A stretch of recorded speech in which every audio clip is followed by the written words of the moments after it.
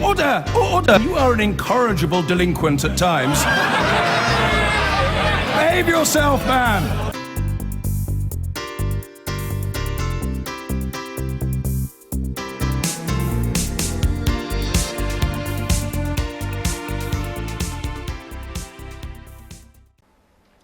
And of course, we're staying with the EU referendum. There's a surprise. Today, we're going to try something a little different. Two well-informed campaigners, the Conservative MEP Dan Hannan and the Labour MP Emma Reynolds, will be interrogating each other on this biggest of issues. I mostly, I think, just sit back and watch, I hope. Now, a short while ago in our green room, they tossed a coin to see who would go first. Emma Reynolds was the winner or loser, depending on your point of view. She's chosen to cross-examine Dan Hannan. Now, before we start, let's have a listen to Dan Hannan's pitch to undecided voters for why they should vote to leave. Hello, I'm Daniel Hannan, Conservative member of the European Parliament. And I'm inviting you to fire me on the 23rd of June. For 5 reasons. First, because leaving is the modern choice. The European Union is a relic of the 1950s, a leftover from an era when regional blocs looked like the future. But that world has been overtaken by technological change. Second, because it's the cheaper choice. Instead of handing Brussels £20 billion a year, gross 10 billion net, we'll have our money to spend on our priorities. Third, it's the democratic choice. We will take back the sublime right to hire and fire our own lawmakers. Fourth, it's the safer choice. In a necessarily uncertain world, we will have taken back control to mitigate any risks ourselves, instead of passing power to people who may not have our interests at heart. And fifth, because it's the confident choice. We are a merchant, maritime, global nation, the 5th largest economy on the planet, the 4th military power, one of 5 permanent seat holders on the UN Security Council. We have the world's most widely studied language, the world's greatest city. How much bigger do we have to be before we're able to run our own affairs in our own interests, trading and cooperating with friends and allies on every continent, including Europe, but living under our own laws? That was Dan Hannan. Here he is with Emma Reynolds. Just to explain the rules, Emma has just 5 minutes to interrogate Dan, so she'll know what it's like for me. Emma can only ask questions, Dan can only give answers. Emma, your time starts now. Daniel, 9 out of 10 economists and a string of organisations have said that leaving the EU would damage the economy, would make families worse off and could cause a recession. Could you name an independent economic forecast that has said the opposite, that somehow leaving would be a benefit to the economy? Well, 5 former chancellors are campaigning to leave. There are plenty of economists who have argued that we should leave. Gerard Lyons, Andrew Lillico, Tim Condon. On that point, Gerard Lyons has said that although he's in favour of leaving the EU, if we were to vote to leave, for 2 years it would cause great uncertainty and that it would depress the economy. Do you agree with him? No, he hasn't said that. I'm sorry, that's ridiculous. He said that in a report. No, he hasn't. No, he hasn't. I've appeared on numerous platforms today. You're going to have to do a bit better than that. Well, no, he's strongly of the view that leaving means walking away from a declining trade bloc and being able and he has to also link said up that it would with cause 2 years of uncertainty and depress the economy. All these international Patrick bodies, Minford, let's take Patrick Minford. Hang on, he's your guy, not mine. But all of these international bodies that you're quoting, the IMF, Patrick Minford's your guy. These are people who share the outlook. International bureaucrats like international bureaucracies. And they share the lifestyle, the tax-free, Michelin-starred, gourmandizing lifestyle, and they share the basic outlook. And they were pro-Euro, they were pro-ERM, because that's the kind of circles that they live in. The Independent Institute of Fiscal Studies does not share that lifestyle and is widely respected across the political spectrum. They have said that by leaving, we could blow a black hole of between 20 billion and 40 billion pounds in our public finances, meaning less money for public services like the NHS. What do you say to that? Well, they were feeding in the same basic data that they got from all these IMF, OECD type organisations. They're an independent organisation. Emma, if I didn't think that we would be better off as a whole, I would not be inviting viewers to make me redundant from a very well-remunerated job with huge tax-free salaries. The reason that I'm confident that I will have a job in the private sector doing something a bit more productive than regulating everyone else after Brexit is because we shouldn't be linked to the world's only collapsing trade bloc. And It in the isn't collapsing, medium it's term, there growing. are huge opportunities for us. The in the more Eurozone and the opulent EU markets economy as a across the whole ocean. is growing, so I think that Over the statement last is 10 years, incorrect. it's the only one that hasn't grown. Let me ask you another question. You have described the NHS as the biggest 60-year mistake. Why, therefore, can the public trust Leave campaigners when they don't even want the NHS to be in public hands? Well, I said that the mistake was having a completely nationalised system rather than a pluralist one, such as they have in almost every industrialised country. But I mean, the referendum is an instruction to the government to get us out. Voting Leave does not mean that you're electing the Vote Leave campaign. It means that you're giving the government a mandate to get us out on terms and within a timescale that is fair to our friends and allies across the Channel, but in our interests. And so, in a way, all of these questions about, where does Boris stand on farming subsidies or whatever are irrelevant, because we're really looking at a decision to leave. And we're asking people not to trust any other politician, but to trust the British electorate. That's what this is about. But the weight of economic evidence and forecast is on the Remain side. I think you would admit that at least. No. Can you name a country that has access to the single market but does not accept free movement? Oh, loads. I mean, the EU just signed free trade agreements with Peru, Hold on. with Colombia. There's a difference with... between a free trade agreement and the single market. Yeah, you is said there not? access to the single market. Yes, but every unfettered country access in to Europe the single has market. access to the single market. Yes. There is a free trade area from non-EU Iceland to non-EU Why, Turkey. They all therefore, have does Ireland access without tariffs. Why, therefore, does Ireland and Norway face agricultural tariffs of over 13%?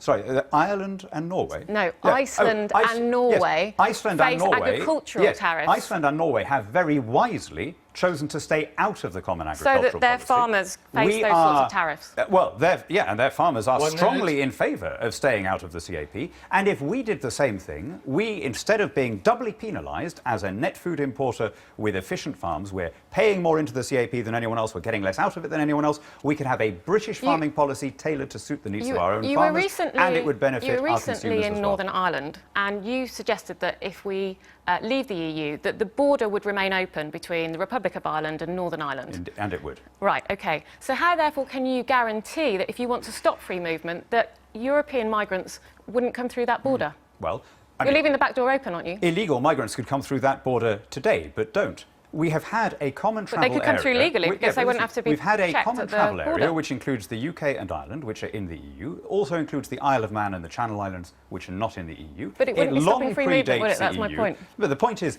it's possible now. I mean, don't take anyone's word for this. As a matter of observable fact, we have a common travel area now with EU and non-EU states. No one either in Dublin or Westminster is suggesting that that should Given happen. that All more right, migrants I'm going came... to stop you there because we've only 3 seconds to go. Be tough on time, in the interest of fairness. It's now the turn of Emma to be cross-examined. First, though, let's have a look at her pitch to undecided voters for why they should vote to remain. We are stronger, safer and better off in Europe. Families benefit from lower prices, more jobs and greater financial security. Businesses benefit from a European single market of over 500 million people. Workers benefit from employment protection. We trade more with the EU than any other country. We attract inward investment from companies like Jaguar Land Rover here in the West Midlands. And by staying in the EU, we'll attract even more investment and create more jobs for the next generation. In the 21st century, the challenges that our country face no longer stop at the White Cliffs of Dover. Cross-border crime and terrorism, climate change. By working with our European partners, we can meet these challenges successfully. Every independent economic forecast predicts that damage will be done to our economy if we leave. And the Bank of England Governor, Mark Carney, has talked of a potential recession. It would make families worse off.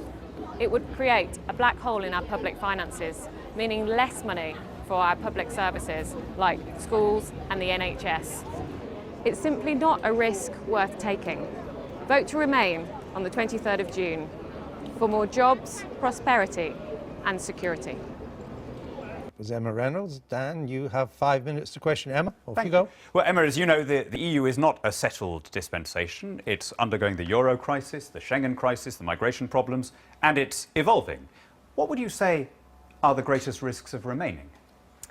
Well, you would keep your job, Dan, which you seem to you want to think that's lose. the only risk? You No, seriously think you that's the seem to only risk want of to staying lose in? your job. I don't think that there are great risks of us remaining, because I think we have the best of both worlds. We are not in the Eurozone. We have the pound as our currency, like 8 other member states retain their own currency as well. But we have unfettered access to the single market, and there's no other country around the world that has... But I was asking about the risks. I mean, can you tell us what our budget contributions will be 10 years from now, 15 years from now, if we vote to stay? Well, I know what our budget contributions are today, and they're not what's emblazoned on the side of your bus. Can you tell us how many migrants might be resettled here under the More new scheme, migrants 5 came or from 10? outside of the EU than inside the EU. I'll take in that the as another last no. few Can you tell us years. how many bailouts we might be dragged into if we vote 0. to stay in? So you're absolutely confident that if we vote to stay in, There's we an can't, arrangement for even that. though we had a written guarantee in 2014 that it wouldn't happen and we were dragged into the third bailout, you're absolutely confident that you can trust the Eurocrats when they make the same promise this time?